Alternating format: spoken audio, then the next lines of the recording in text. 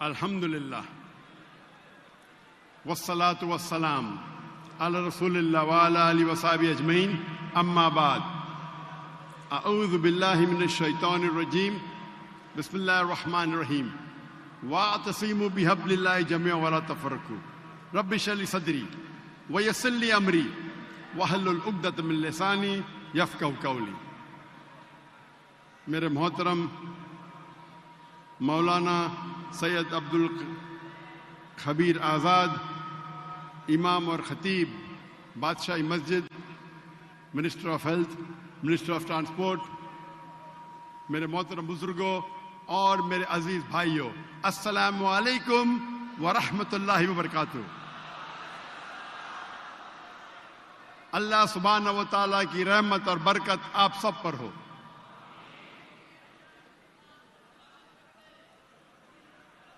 میں اسٹیج پہ آنے کے پہلے مولانا صاحب مجھ سے کہہ رہے تھے، دیکھیے لاہور، پاکستان کے لاہوری مسلمان کتنی محبت کرتے ہیں ڈاکٹر ذاکر نائک سے۔ تو میں نے کہا آج کمپٹیشن ہو جائے، کون زیادہ محبت کرتا ہے، ذاکر نائک پاکستانیوں سے یا پاکستانی ذاکر نائک سے؟ آج ہم کمپٹیشن لگائیں گے، کیا ایک ہندوستانی پاکستانیوں سے زیادہ محبت کرتا ہے کیا پاکستانی ہندوستانی سے؟ خیر میں کمپٹیشن ہونا چاہیے، ہر خیر کام میں کمپٹیشن ہونا چاہیے۔ افسوس کی بات ہے انسان اکثر غلط کام میں کمپٹیشن کرتے، ہر خیر کام میں کمپٹیشن ہونا چاہیے۔ آج کمپٹیشن لگائیں گے کہ ہندوستانی پاکستانی سے زیادہ محبت کر رہا ہے کیا پاکستانی ہندوستان سے؟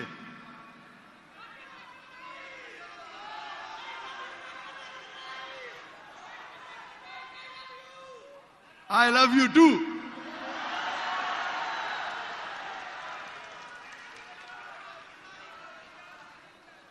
میری خواہش تھی کئی سالوں سے پاکستان آنے کی، اور اللہ نے وہ مراد، وہ خواہش تقریباً 2 ہفتے پہلے پوری کی، اور آج میں لاہور میں ہوں، اور میں بے حد خوش ہوں کیونکہ خصوصاً میں بادشاہی مسجد میں تقریر کر رہا ہوں۔ آج کے تقریر کا موضوع ہے القرآن عالمی ضرورت۔ The Quran a global necessity۔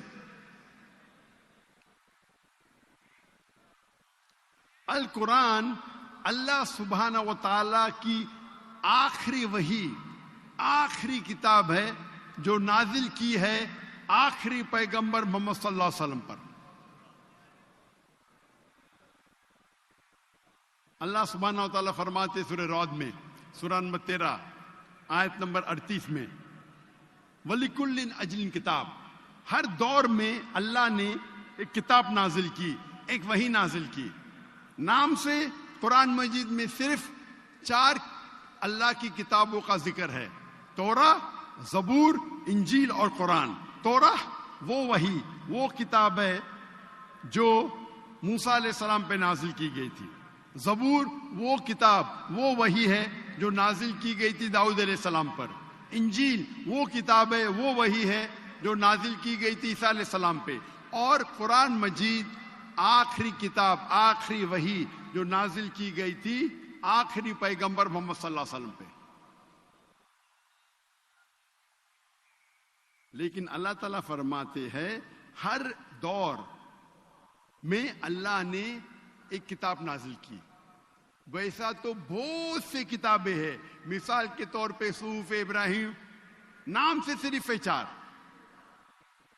لیکن جتنی بھی کتابیں، جتنے بھی وحی اللہ نے نازل کی قرآن مجید کے پہلے، وہ صرف محدود تھی کچھ لوگوں کے لیے اور ایک دور کے لیے۔ جتنے بھی کتاب پہلے نازل کی گئی، توراہ، زبور، انجیل اور جس کے نام ہمیں نہیں پتا، وہ محدود تھی ایک وقت کے لیے اور کچھ لوگوں کے لیے. لیکن کیونکہ قرآن مجید آخری کتاب ہے, آخری وحی ہے, قرآن صرف مسلمانوں کے لیے نازل نہیں کی گئی اور صرف ایک گروہ کے لیے نہیں, لیکن ساری انسانیت کے لیے, اور اس کا پیغام تا قیامت تک رہے گا. اللہ تعالیٰ فرماتے سورہ ابراہیم میں سورہ نمبر 14 آیت نمبر 1, الف لام را,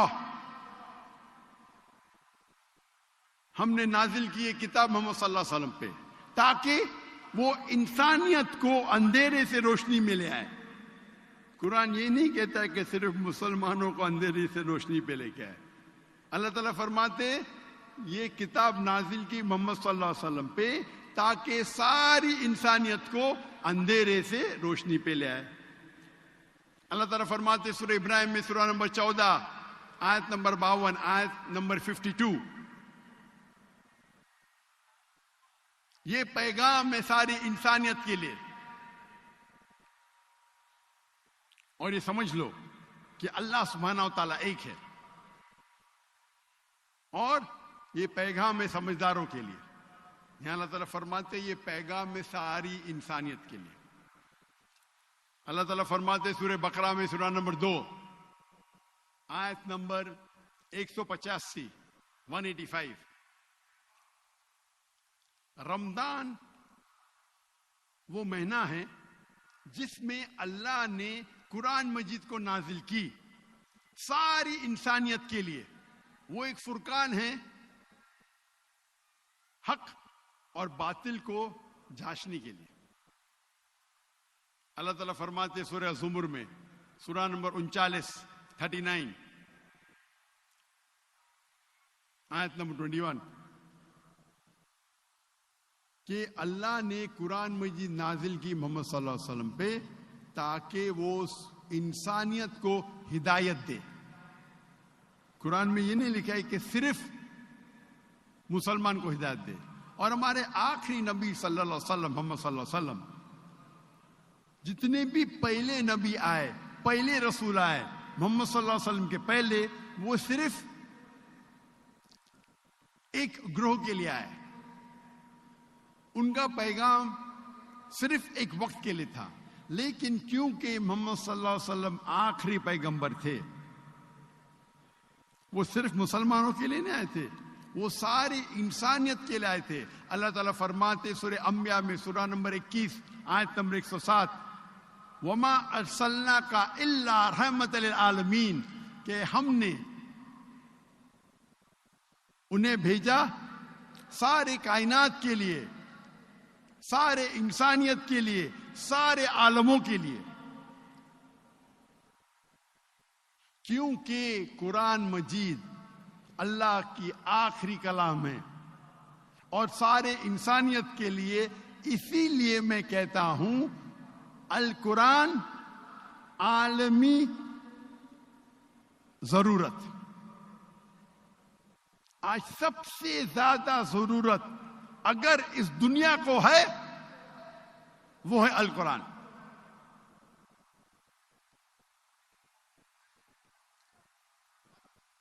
قرآن مجید از دا فیوچر ورلڈ کانسٹیٹیوشن. وہ دنیا کا دستور ہے. قرآن مجید دنیا کا کانسٹیٹیوشن ہے. قرآن مجید سب سے حق کی کتاب ہے دنیا میں. یہ ایک عالم کے لیے پیغام ہے. یہ فوارہ ہے حکمت اور رحمت کا. یہ ہدایت ہے جو لوگ بھٹکے ہوئے ہیں. قرآن مجید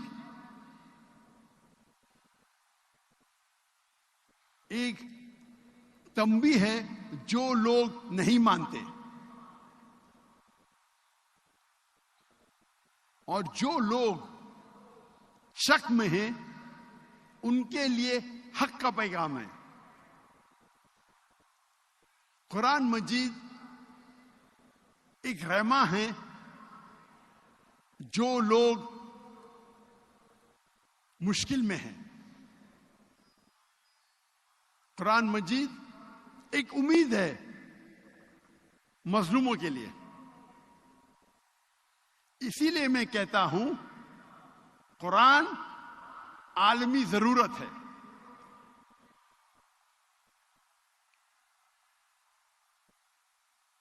اگر آپ کوئی بھی ایکوپمنٹ خریدتے ہیں, کوئی بھی مشین خریدتے ہیں, اس کے ساتھ آپ کو ملتا ہے انسٹرکشن مینیول. اردو میں کہتے ہیں ہدایت نامہ, انگریزی میں کہتے ہیں انسٹرکشن مینیول. اب کبھی بھی کوئی بھی مشین خریدیں گے اس کے ساتھ آتا ہے انسٹرکشن مینیول, ہدایت نامہ. اور جتنی پیچیدہ مشین, جتنی کمپلیکیٹڈ مشین ہے, اتنی ضرورت ہے ہدایت نامے کی. اگر آپ مجھے اجازت دیں گے انسان کو ایک مشین کہنے کے لیے, تو آپ کو ماننا ہوگا کہ دنیا کی سب سے کمپلیکیٹڈ, سب سے پیچیدہ مشین ہے انسان. کیا اس انسان کو ہدایت نامے کی ضرورت نہیں, انسٹرکشن مینیول کی ضرورت نہیں؟ انسان کا ہدایت نامہ ہے قرآن مجید.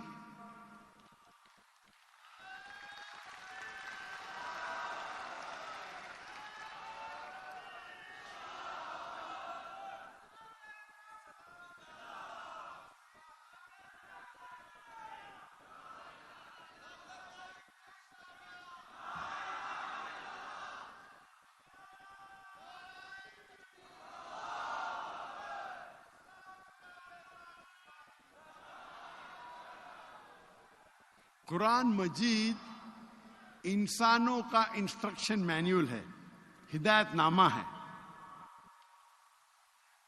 اور اللہ تعالیٰ فرماتے قرآن مجید میں سورہ ملک میں سورہ نمبر 67 آیت نمبر 2 میں, الذی خلق الموت والحیات, اللہ نے موت اور زندگی پیدا کی تاکہ وہ آپ لوگوں کو جانچ سکے آپ میں سے بہتر کون ہے, اچھے اعمال کون کرتا ہے. یہ زندگی ہمارے لیے ایک امتحان ہے, ٹیسٹ ہے. کیا ہم نے کبھی سوچا ہمارے زندگی کا مقصد کیا ہے؟ اور کراچی میں نے تقریر کی تھی اس موضوع پہ, ہمارے زندگی کا مقصد کیا ہے.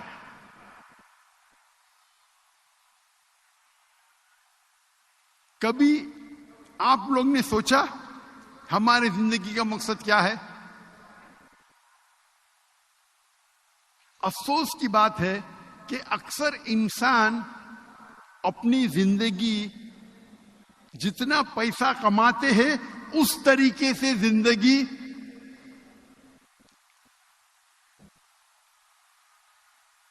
مجھے ایک چٹ ملی کہ لوگ پیچھے چل رہے ہیں. مجھے ایس پی صاحب نے وعدہ کیا تھا کہ جب میری تقریر شروع ہوئیں گی تو پیچھے کون نہیں جائے گا, کیونکہ پیچھے بیک ڈراپ ہے. تو میں التجا کرتا ہوں ایس پی صاحب سے کہ پیچھے کوئی چلے نا, کیونکہ یہ لائیو ٹیلی کاسٹ ہو رہا ہے, کروڑوں لوگ دیکھ رہے. پاکستان میں ہو رہا ہے لیکن دنیا بھر سب لوگ پیس ٹی وی پہ دیکھ رہے. تو دیکھو ایس پی صاحب آپ کو تالی مار رہے سب لوگ, لاہور کے لوگ. انشاءاللہ پبلک میرے آگے ہونا چاہیے, پیچھے نہیں, برابر نا؟ انشاءاللہ. تو اکثر انسان کیا کرتے ہیں, اپنی زندگی اس طریقے سے بسر کرتے جس طریقے سے پیسہ کماتے. جتنا پیسہ کمائیں گے اتنا بڑا گھر لیں گے, اتنے اچھے کپڑے پہنیں گے, اتنے اچھی گاڑی لیں گے, پین پہنیں گے, جوتے پہنیں گے. جیسے زندگی کا مقصد ہے پیسے کمانا. افسوس کی بات ہے. اللہ کے رسول فرماتے ہیں کہ غریب انسان کو جنت میں جانا اور آسان ہے بنسبت امیر انسان کے, کیونکہ حساب کتاب کم رہے گا. اکثر ہم انسان ہم کیا ہے, ہمارا سینٹر کیا ہوتا ہے؟ کچھ لوگ خود غرض ہوتے, سیلف سینٹرڈ. کچھ لوگ فیملی سینٹرڈ ہوتے, کچھ لوگ سوسائٹی سینٹرڈ ہوتے, کچھ لوگ نیبر سینٹرڈ ہوتے, کچھ لوگ پاور سینٹرڈ ہوتے, کچھ لوگ فیم سینٹرڈ ہوتے. انسان ہونا چاہیے اللہ سینٹرڈ. کون سا سینٹر؟ اللہ سینٹرڈ. اللہ تعالیٰ فرماتے ہیں سورہ دھاریات میں, سورہ نمبر 51 51 آیت نمبر 56 56,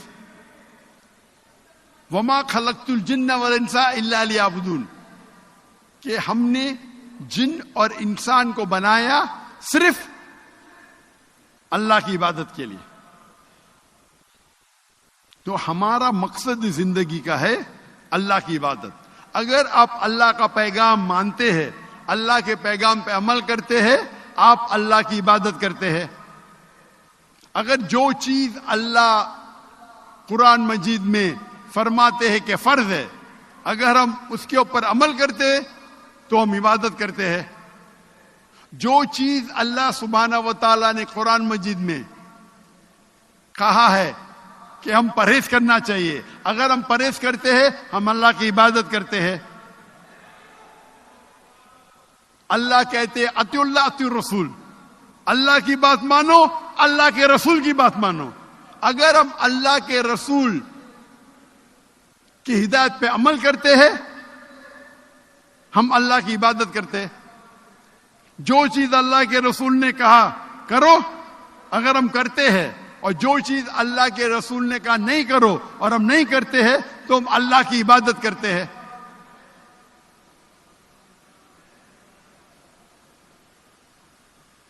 کیونکہ یہ قرآن مجید ہمیں کہتا ہے کہ یہ زندگی ایک امتحان ہے اور ہمارے حیات مقصد بیان کرتا ہے. اسی لیے میں کہتا ہوں کہ قرآن عالمی ضرورت.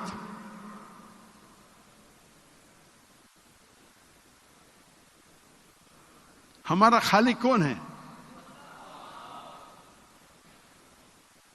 بے شک اگر آپ کو کہا جائے گا اللہ کون ہے تو کیا جواب دیں گے؟ کون ہے؟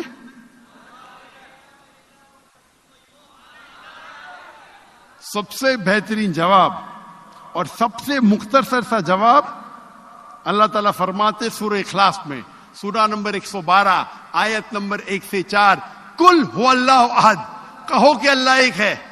اللہ الصمد, اللہ ایبسولوٹ انٹرنل, لم یلد ولم یولد, نہ وہ جنا ہے نہ کسی کو جنتا ہے. ولم یکن لہ کفوا احد, اس کے جیسا اس کائنات میں کوئی بھی نہیں. یہ سب سے مختصر سا جواب ہے. اللہ سبحانہ و تعالیٰ کا ڈیفینیشن ہے. اس کی تعریف تو ایسا ہے, اللہ تعالیٰ فرماتے سورہ لقمان میں, اگر آپ سارے پیڑ کو دنیا میں قلم بنا دیں گے اور سارے سانس سارے سمندر اور 7 سمندر ملا کے شے بنا دیں گے, انک بنائیں گے, تو بھی آپ اللہ تعالیٰ کی تعریف نہیں لکھ سکتے. لیکن سب سے مختصر سا جواب ہے سورہ اخلاص. سورہ اخلاص is the litmus test, touchstone. Touchstone, آپ سونے کو جاننے کے لیے سونا کتنا کھرا ہے جاننے کے لیے کیا کرتے, آپ ٹچ سٹون کے اگینسٹ سونے کو رب کرتے ہیں, رگڑتے ہیں, اور جس طریقے سے اس کا رنگ آتا ہے ہم چارٹ پہ دیکھتے ہیں اور کہتے ہیں کہ سونا 24 کیرٹ ہے یا 22 کیرٹ ہے یا 18 کیرٹ ہے, یا سونا نہیں ہے, کیونکہ ہر چیز جو چمکتی ہے وہ سونا نہیں ہے. سورہ اخلاص اللہ کو پہچاننے کا تلسمہ ہے, اللہ کو پہچاننے کا ٹچ سٹون ہے, لٹمس ٹیسٹ ہے. مثال کے طور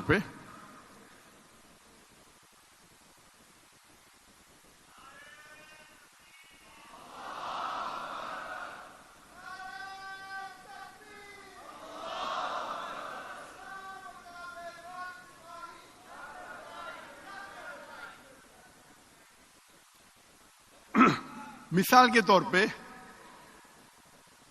کئی انسان کہتے ہیں کہ بھگوان رجنیش خدا ہے.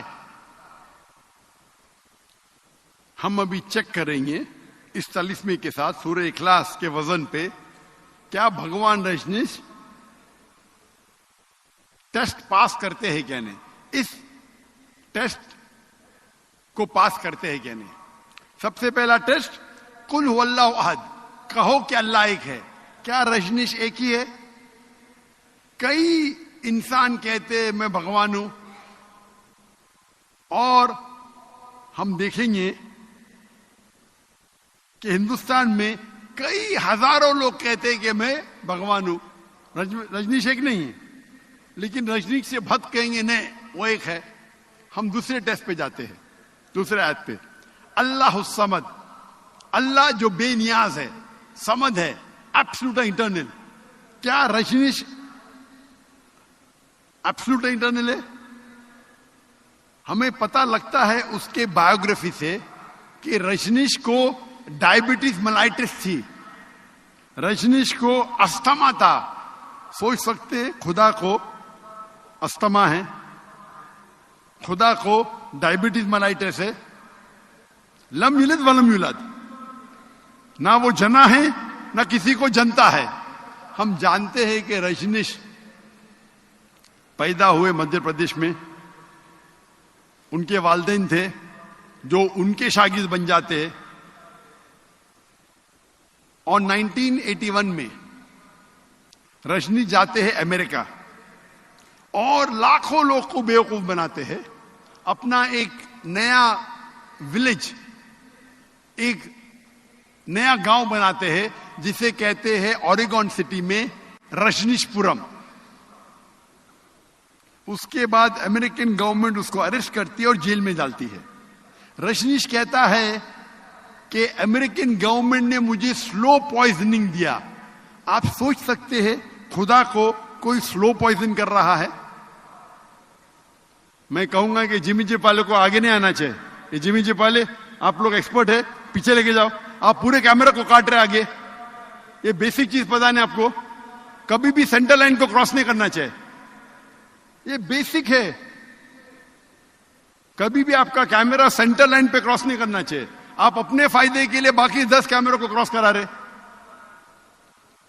آپ کا ٹیم ورک ہونا چاہیے نا.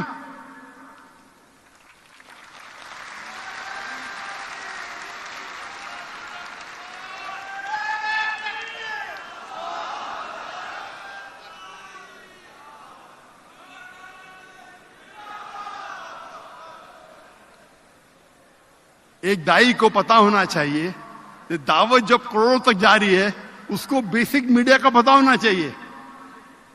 آپ سوچ سکتے کروڑوں لوگ دیکھ رہے, یہ بھائی صاحب اپنے ایک شاٹ کے لیے 10 کیمروں کو خراب کر رہا ہے.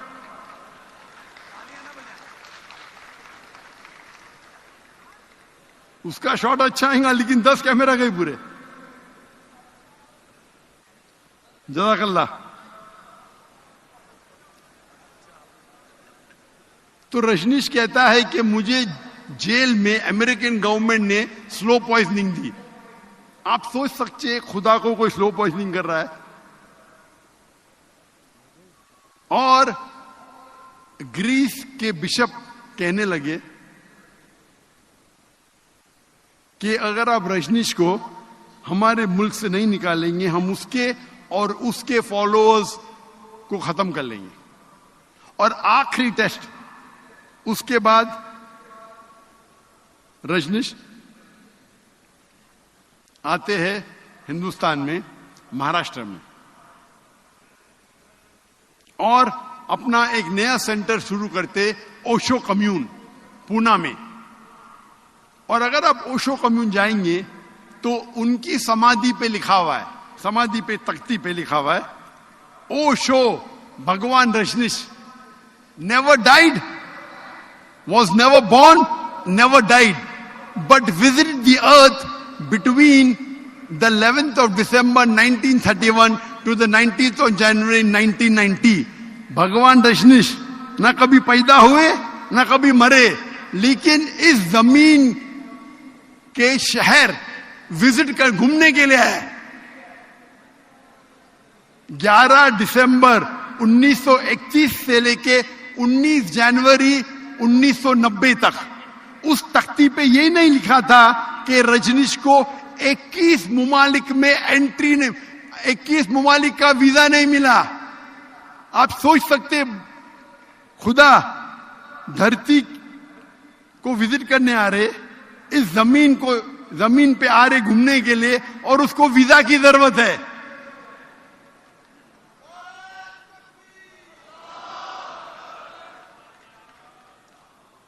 اور یہ آخری ٹیسٹ ولم یکن لہ کفوا احد, اس کے جیسا کوئی نہیں. یہ ٹیسٹ اللہ کے علاوہ کوئی پاس ہی نہیں کر سکتا ہے. ولم یکن لہ کفوا احد, اس کے جیسا کوئی نہیں. اگر آپ اللہ کو اس کائنات میں کسی کے برابر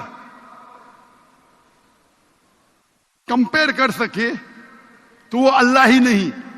وَلَمْ يَكُنْ لَهُ كُفُوًا أَحَدٌ. مثال کے طور پہ اگر کون کہتا ہے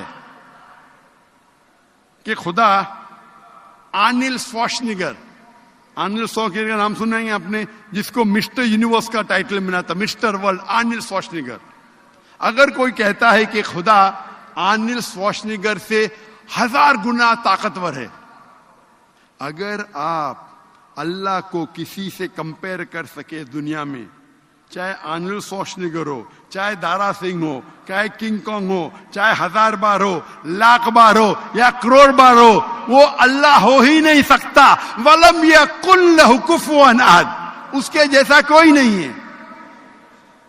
ہم جانتے رجنیش کی ایک آنکھ تھی, 2 آنکھ تھی, 1 ناک تھا, 2 کان تھے, 2 ہاتھ تھے, سفید داڑھی تھی. اگر آپ اللہ کو کسی سے کمپیئر کر سکے اس کائنات میں تو وہ اللہ ہی نہیں ہے. وَلَمْ يَكُنْ لَهُ كُفُوًا أَحَدٌ. تو ہمارے قرآن مجید میں جو اللہ کی آخری کتاب ہے اس میں کہا گیا ہے اللہ کا ڈیفینیشن. قرآن مجید پڑھیں گے تو پتا چلے گا اللہ سبحانہ و تعالیٰ کون ہے. اسی لیے قرآن مجید عالمی ضرورت ہے. اور اللہ کا ذکر آپ اگر دیگر مذاہب پڑھیں گے, بھلے دیگر مذاہب کی کتاب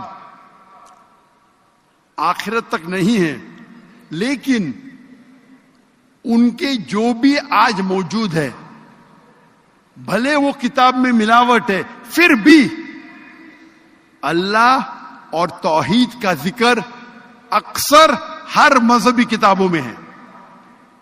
چاہے بائبل پڑھو, چاہے تورا پڑھو, چاہے وید پڑھو,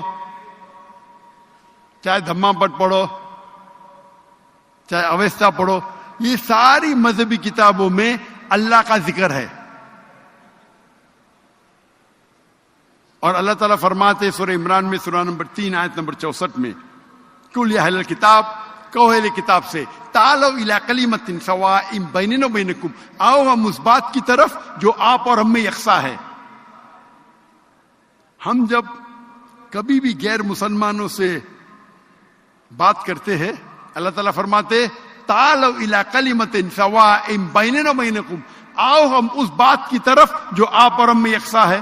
سب سے پہلی بات اللہ نعبد الا اللہ, کہ ہم صرف اللہ کی عبادت کریں. ولا نشرک بہ شیئا, ہم آپس میں کسی کو شریک نہ کریں. ولا یتخذ بعضنا بعضا اربابا من دون اللہ, کیا ہم آپس میں کسی کو معبود نہ بنائیں. فانتولوا, فقولوا اشهدوا بأننا مسلمون. اور اگر وہ نہ مانے تو ہم شہادت دیتے کہ ہم مسلم ہیں.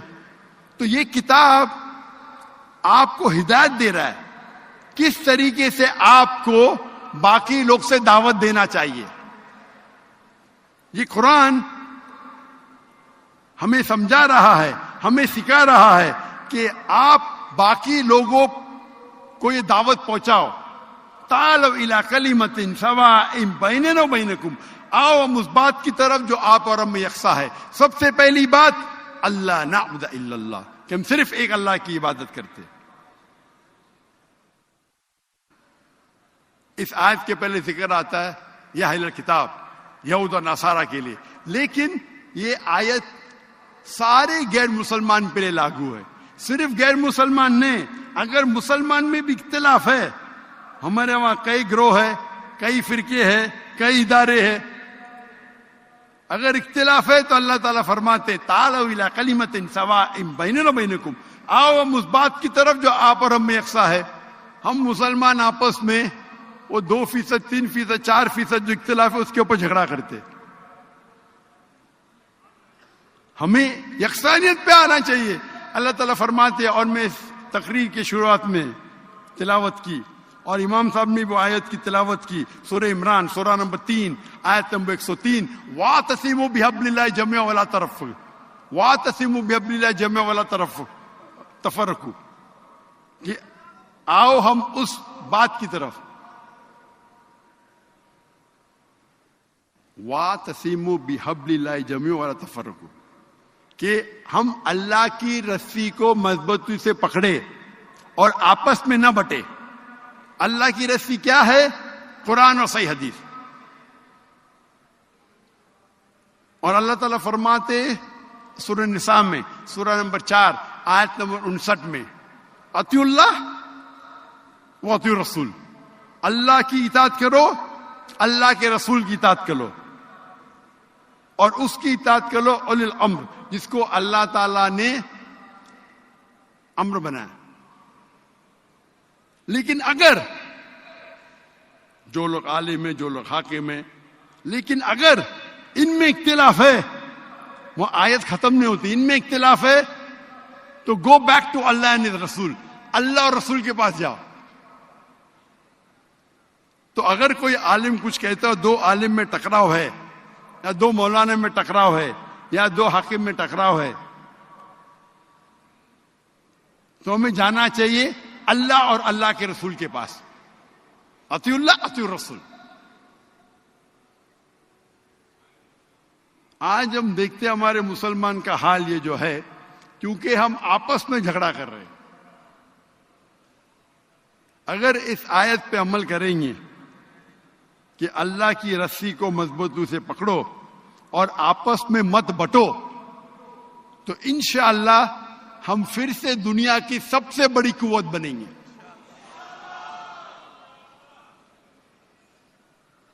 ہم جب دیکھتے ہیں اللہ کے رسول کے وقت, خلفاء راشدین کے وقت, صحابہ کے دور میں مسلمان کم تھے لیکن طاقتور تھے.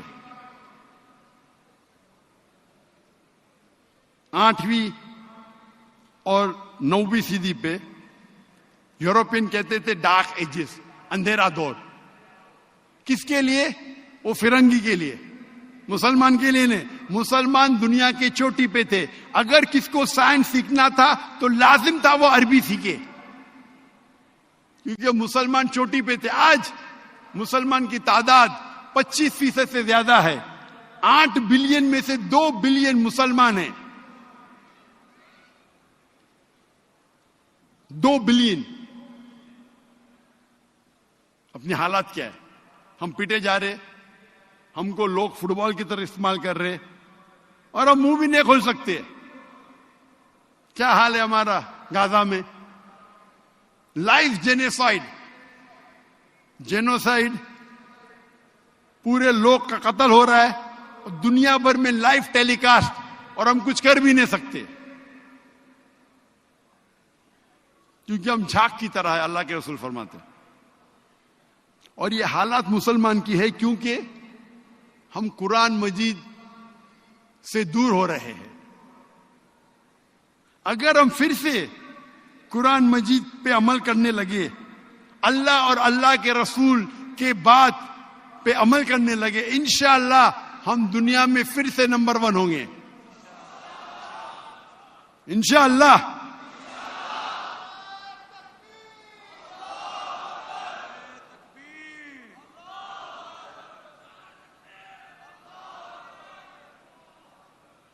اور اللہ تعالیٰ فرماتے سورہ نساء میں, سورہ نمبر 48 اور سورہ نساء میں سورہ نمبر 116 کہ اللہ سبحانہ و تعالیٰ اگر چاہے تو آپ کے کوئی بھی گناہ کو معاف کر سکتا ہے, لیکن شرک کو کبھی نہیں معاف کرے گا, کیونکہ شرک سب سے بڑا گناہ ہے.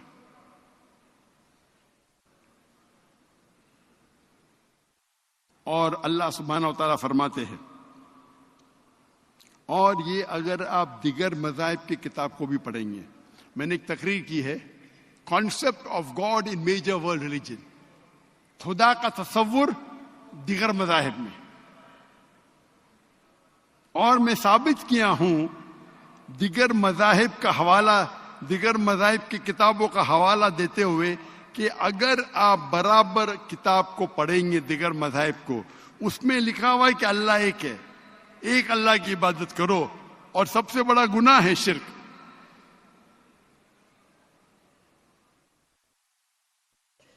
اللہ تعالیٰ فرماتے سورہ حج میں سورہ نمبر 22 آیت نمبر 73,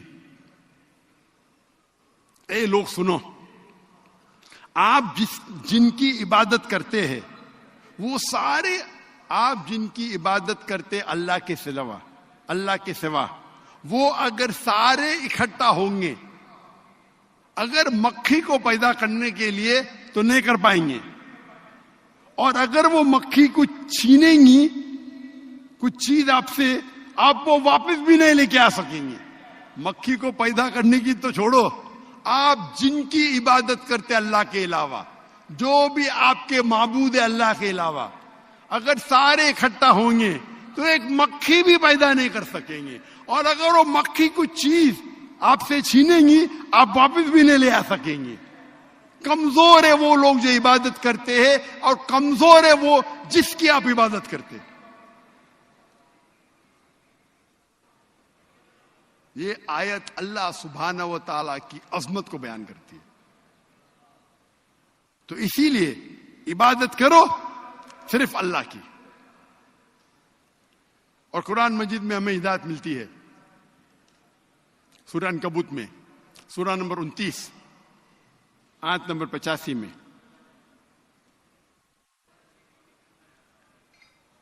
کہ آپ تلاوت کرو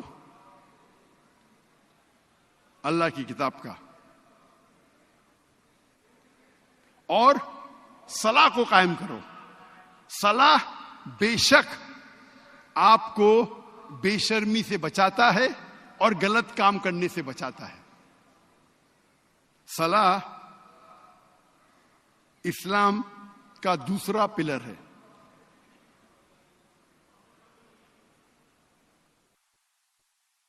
اور ہر مسلمان کو کم از کم 5 بار صلاح پڑھنا چاہیے. جس طریقے سے اچھے صحت کے لیے 3 بار کھانا کھانا چاہیے, اسی طریقے کے لیے روح کے لیے کم از کم 5 بار صلاح پڑھنا ضروری ہے, نماز پڑھنا ضروری ہے. میں نے ایک تقریر کی ہے جس کا موضوع ہے صلاح the programming towards righteousness. نماز آپ کو پروگرام کرتی ہے اچھے کام کرنے سے. وہ لمبی تقریر ہے. اور کم از کم 5 بار نماز پڑھنا ہر مسلمان کے لیے فرض ہے, اور بہتر ہے کہ مسجد میں پڑھے جماعت کے ساتھ. قرآن مجید میں اس کا ذکر ہے کہ 5 بار نماز پڑھنا چاہیے. سورہ اسراء میں سورہ نمبر 17 آیت نمبر 78 سورہ طہ سورہ نمبر 20 آیت نمبر 130 اور سورہ روم سورہ نمبر 30 آیت نمبر 17 اور 18. یہ 3 جگہ پہ لکھا ہوا ہے کہ نماز پڑھنا 5 ٹائم ضروری ہے, اور کئی حدیثوں میں لکھا ہوا ہے. سب سے پہلی چیز, سب سے پہلا اعمال جو اللہ سبحانہ و تعالی پوچھیں گے صلاح کے بارے میں. اور اللہ کے رسول فرماتے ہیں صلاح فرق ہے ایمان اور کفر کے درمیان. ایمان اور کفر, مومن اور کافر, مسلم اور کافر کے درمیان ہے صلاح. صلاح پہچانے کہ وہ انسان مومن ہے یا کافر ہے.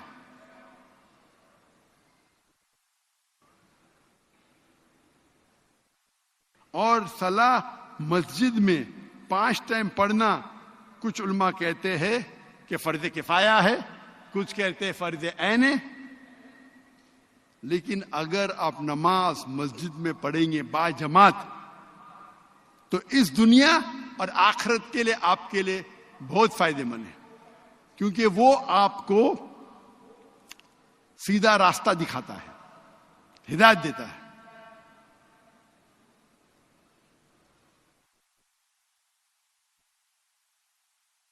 تیسرا پلر, تیسری بنیادی بات ہے زکوٰۃ.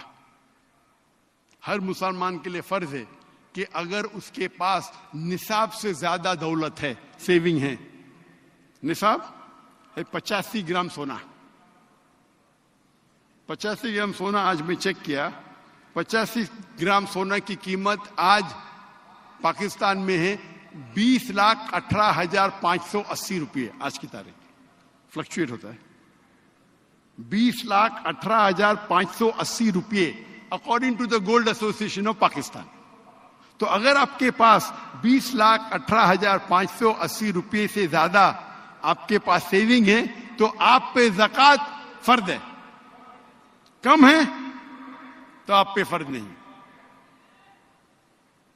اور 2.5% ہر مسلمان جس کے پاس نصاب سے زیادہ دولت ہے, سیونگ ہے, اس کے لیے 2.5% ہر سال, ہر قمری سال فرض ہے. اگر ہر انسان, دنیا کے ہر انسان اگر زکوٰۃ دینا شروع کریں گے تو دنیا میں غربت رہے گی نہیں. کوئی بھی انسان بھوک کے وجہ سے نہیں مرے گا.